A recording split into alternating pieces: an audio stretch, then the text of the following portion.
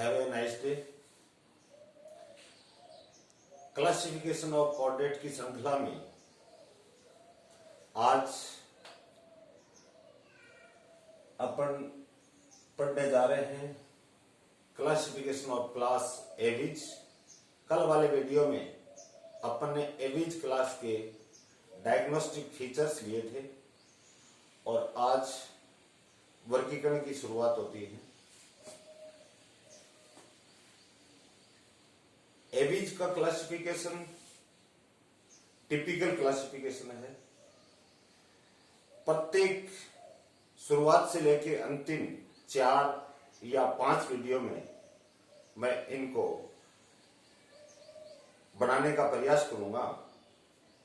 सभी को सुन लोगे तो कंसेप्ट आपके लगभग क्लियर हो जाएंगे और जो विद्यार्थी साथीगण नियमित रूप से वीडियो को सुन रहे हैं, वॉच कर रहे हैं, उनका उज्जवल भविष्य के लिए मैं कामना करता हूं। शुरुआत करते हैं classification of class aves. Aves शब्द की व्युत्पत्ति एक लैटिन वर्ड एविस से हुई है। उसका अर्थ है बर्ड, पक्षी, यानी इनमें पाए जाने वाले समस्त प्राणी एनिमल्स बर्ड्स कहलाते हैं, पक्षी कहलाते हैं। According to Wetmore in 1960, there are 34 orders, 27 orders of living birds, of which 2 orders have recently become extinct, and 7 orders of fossil birds. वेटमोर के अनुसार 1960 में इन्होंने वर्गीकरण प्रस्तुत किया था। उन्होंने समस्त एविज क्लास के 34 ऑर्डर्स बनाए। उनमें से 27 ऑर्डर के जंतु जीवित बताए, लेकिन उन 27 या 27 ऑर्डर्स में से 2 ऑर्डर के पक्षी अभी हाल ही में विलुप्त हुए हैं और 7 ऑर्डर के पक्षी जीवाश्मों के रूप में उपस्थित हैं। प्रत्येक ऑर्डर के पीछे सफिक्स के रूप में फॉर्मिस लिखा हुआ होगा। उसका अर्थ होगा फॉर्म, यानी the names of order end in formes which means form. उसका अर्थ होगा फॉर्मिस का अर्थ होगा फॉर्म या रूप। Class Aves is divisible into या divided into 2 sub classes. These are as follows. Sub class first आर्क्योनिथीज।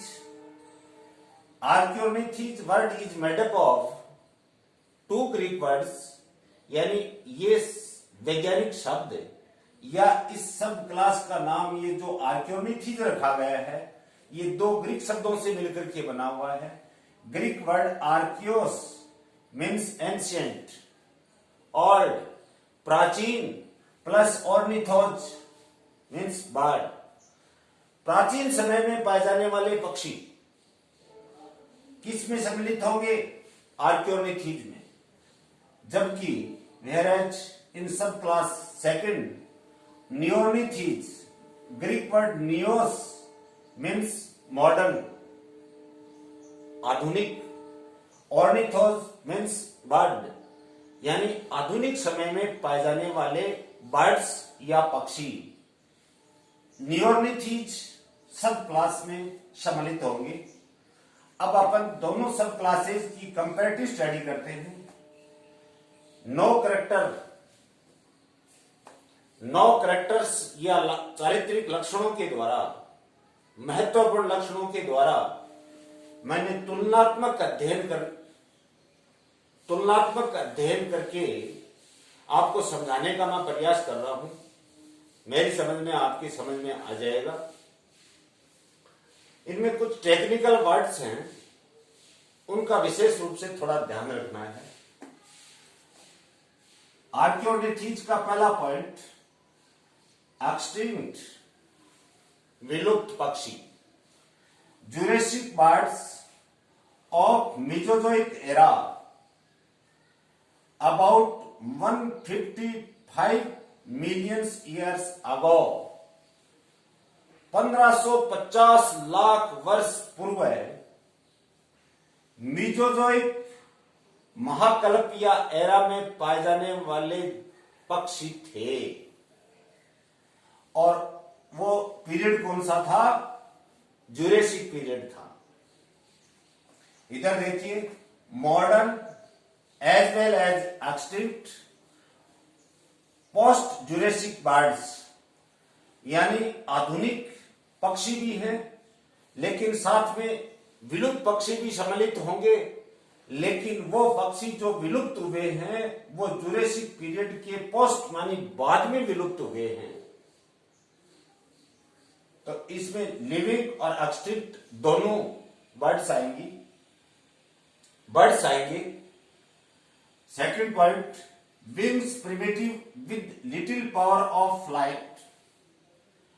Wings, four limbs are modified into wings. Primitive होते हैं, सिंपल होते हैं और उड़ने की बहुत कम क्षमता पाई जाती है, लिटिल पावर ऑफ फ्लाइट पाई जाती है। और इस क्लास में नियोडेटिज में देखिए, विंग्स यूजुअली वेल डेवलप्ड, अधिकांशतया सुविकसित होते हैं और adapted for flight with few exceptions, यानी कुछ अपवादों को छोड़कर के इसमें उड़न या फ्लाइट अडेप्टेशन सुविकसित होती है। Point number third, tail long in Archaeornithes, tapering nuclei with more than 30 vertebrae bearing two lateral rows of rectrices. Tail लंबी है, लंबी होती थी, नुकीली होती थी, टेपरिंग होती थी और वर्टिब्री यानी टेल में पाए जाने वाली वर्टिब्री की संख्या लगभग 30 होती थी और टेल पर पाए जाने वाले फिन्स जो रिजिड और मजबूत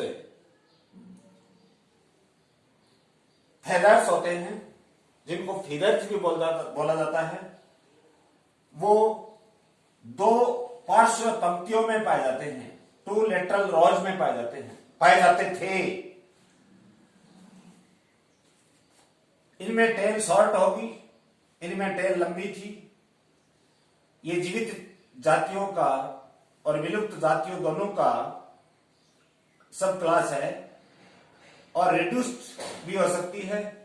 कोडल वर्टिब्री या तो 13 होंगी या इवन लेस या इनसे कम होगी, जबकि यहां टेल के अंदर कोडल वर्टिब्री की संख्या 30 के लगभग बताई है, यहां बताई है 13, with rectrices arranged in a fan like manner.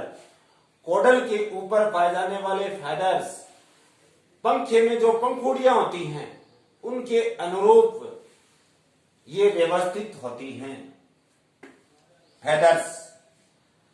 Fourth point, each fore limb bear 3 unfused and clawed digits. प्रत्येक अग्रपाद में 3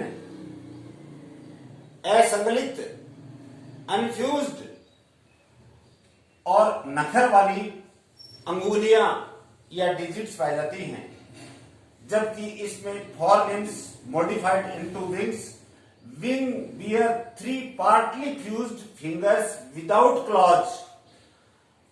विंग जो है उसके ऊपर आंशिक रूप से फ्यूज्ड फिंगर्स पाई जाती है, जिनमें क्लॉज नहीं, नखर नहीं पाए जाते हैं, without claws. Next point, skull with teeth in both jaws. इधर देखिए, teeth absent except fossil birds. खोपड़ी में पाए जाने वाले दोनों जबड़ों के ऊपर दांत उपस्थित होते थे। किसमें? जो पक्षी विलुप्त हो गए, आर्कियोनिथीज। और इसमें टिथ absent मॉडर्न बर्ड्स में कुछ जो फॉसिल्स बर्ड्स हैं, जीवाश्म के रूप में जो पाए जाते हैं, उसमें ये उपस्थित हो सकते थे या हो सकते हैं।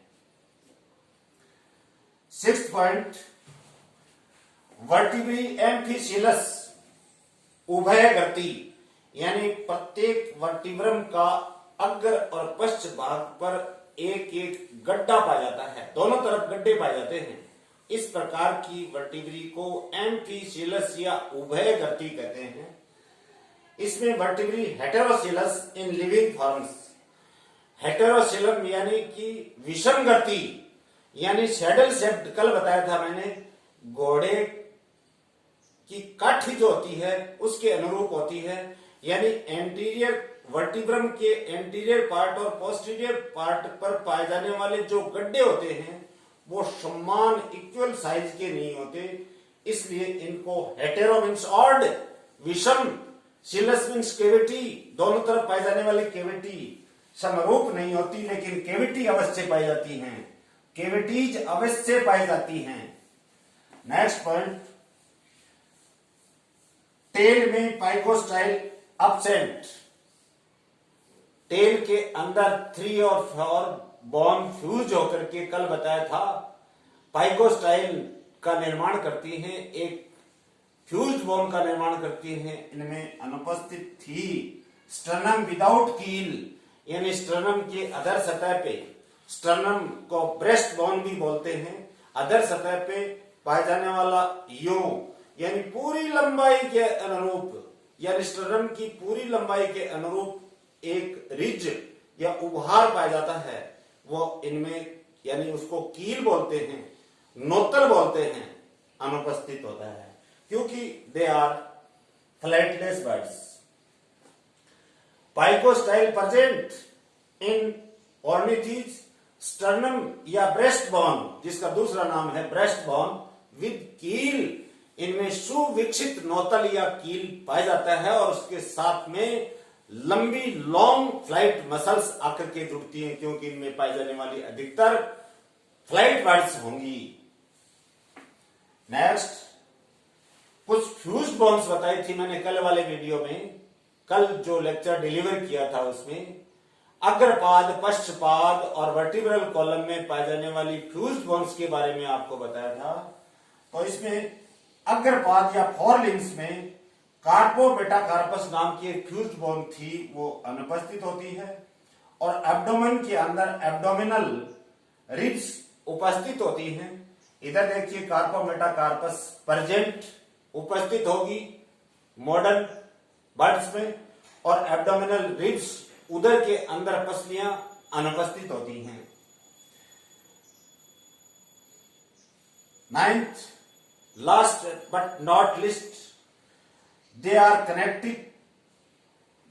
connecting link of reptilia and avies class। ये रेप्टिलिया और एवीज जो वर्ग हैं या क्लासेज जो हैं, उनके बीच की योजक कड़ी के रूप में इनको जाना जाता है, क्योंकि इस प्रकार के पक्षियों में रेप्टिलिया के भी लक्षण भी थे और एवीज के भी लक्षण थे, इसलिए एवीज और रेप्टिलिया और एवीज के मध्य की योजक कड़ी कहते हैं, कनेक्टिंग लिंक कहते हैं। इनमें ऐसा नहीं होता। अब आर्कियोनिथीज जो सब क्लास है उसमें मात्र ऑर्डर है एक, सिंगल ऑर्डर। आर्कियोनिथीफॉर्मीज, मैंने बताया फॉर्मीज आएगा, फॉर्मीज आएगा। फॉर्मीज का अर्थ है फॉर्म, और इसका उदाहरण है आर्कियोप्टेरिक्स लिथोग्राफिका। आर्कियोप्टेरिक्स जीनस है, लिथोग्राफिका स्पीशीज है, found in Bavaria city of Germany. Bavaria village भी लिखा हुआ है कई बुक्स में, बहुत समय पहले लिखा है, अब वो सिटी में रूपांतरित हो गई होगी। जर्मनी में बावरिया गांव या सिटी में 2 जीवाश्म मिले थे, जिनमें से एक जीवाश्म या specimen line in British museum London, जो ब्रिटिश म्यूजियम लंदन के अंदर विद्यमान है, और दूसरा another specimen lies in Berlin museum Berlin, दूसरा म्यूजियम स्पेसिमेन है बर्लिन म्यूजियम बर्लिन में।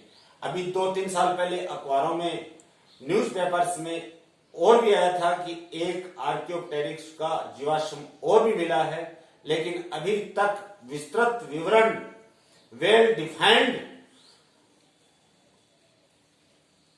उसके बारे में कोई उल्लेख नहीं किया गया है, इसलिए उनका यहां कोई उदाहरण के रूप में प्रस्तुत नहीं कर सकते। This is the comparative study of 2 sub classes, आर्कियोलिथीज and नियोलिथीज। समझ में आ गया होगा। अगर आपको स्क्रीनशॉट लेना है तो स्क्रीनशॉट आप ले सकते हैं। अब मैं चलूंगा कि नियोलिथिक जो है उसको कितने, नियोलिथिक जो सब क्लास या उपवर्ग जो है उसको कितने सुपर ऑर्डर्स में डिवाइड किया गया है।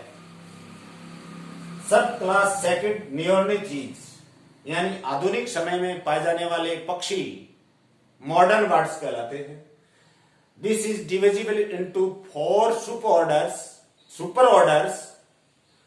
First super order is Odontognathae, second super order is Palaeognathae जिसका दूसरा नाम है Ratitae, third super order is Impennae, fourth super order is Neognathae जिसका दूसरा नाम है कैरिनेटी। इनमें से पैलियोग्नेथी और कैरिनेटी या नियोग्नेथी या रेटिटी या कैरिनेटी बहुत इंपॉर्टेंट ऑर्डर्स हैं। बहुत बार परीक्षाओं के अंदर, विभिन्न प्रकार की परीक्षाओं के अंदर ये प्रश्न पूछे गए हैं। अब सुपर ऑर्डर ओडोंटोग्नेथी शब्द की व्युत्पत्ति यानी डेरिवेशन या ये शब्द डेराइव कैसे हुआ वो देखते हैं। This word is made up of 2 Greek words. Greek word first is odontos. Odontos का मतलब होता है टिथ। ग्नेथोस का अर्थ है जो, यानी जबड़ों में दांत पाए जाते थे और इनमें पाए जाने वाले समस्त पक्षी एक्सटिंक्ट हो गए हैं। सुपर ऑर्डर पैलियोग्नेथी या और Ratitae, Greek word Palaeognathae is also made up of 2 Greek word. First Greek word paleos means old या ancient और ग्नेथोस means जो। एक बार ऊपर लिख दिया, दोबारा लिखने की आवश्यकता नहीं है। दूसरा रेटिटी शब्द एक लैटिन वर्ड रेटिस से बना है।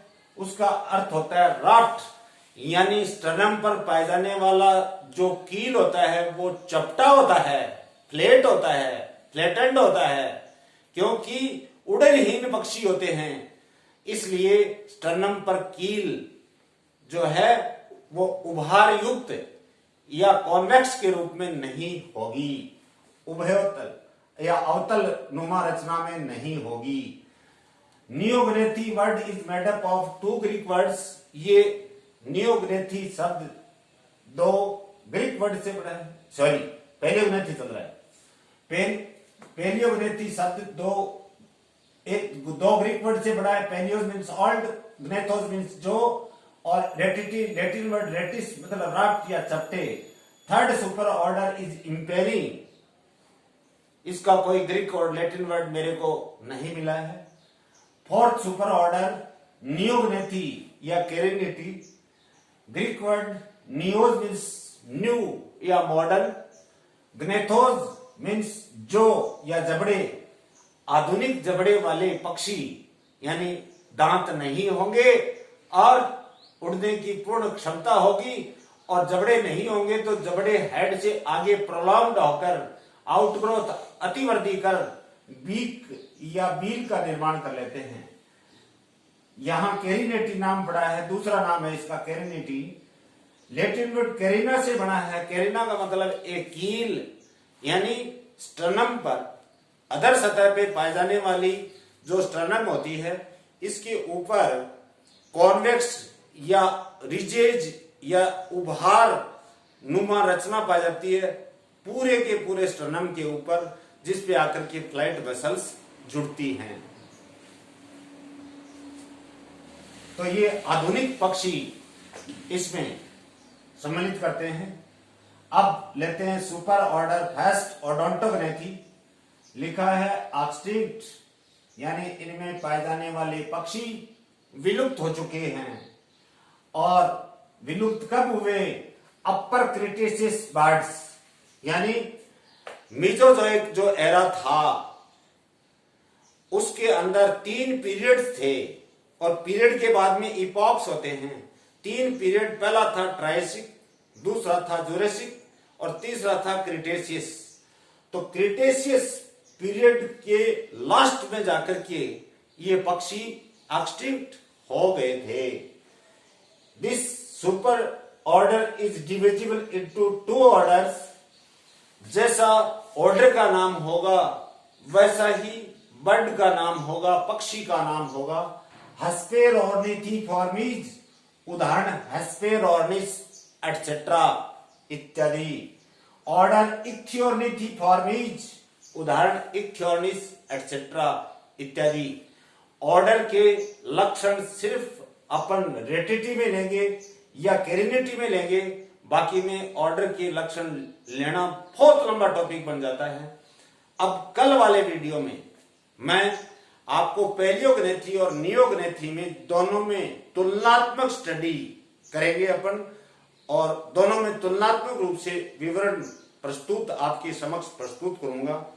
हो मेरी समझ में आपके आज का टॉपिक समझ में आ गया होगा। स्क्रीनशॉट लेना चाहो, स्क्रीनशॉट कैप्चर कर सकते हो। ध्यान से पढ़ना। ये क्लासिफिकेशन अपने आप में क्लासिकल है। अगर ये एवीज का यानी पीसीज और एवीज का क्लासिफिकेशन अगर आपको पूर्णतः समझ में आ गया, इसका ये मानिए कि कॉर्डेटा अपने आप में आपके जो कॉर्डेटा के कंसेप्ट या फंडा या फंडामेंटल्स हैं या अवधारणाएं हैं, वो बिल्कुल निश्चित रूप से आपकी मजबूत होगी। धन्यवाद, ढेर सारी शुभकामनाएं।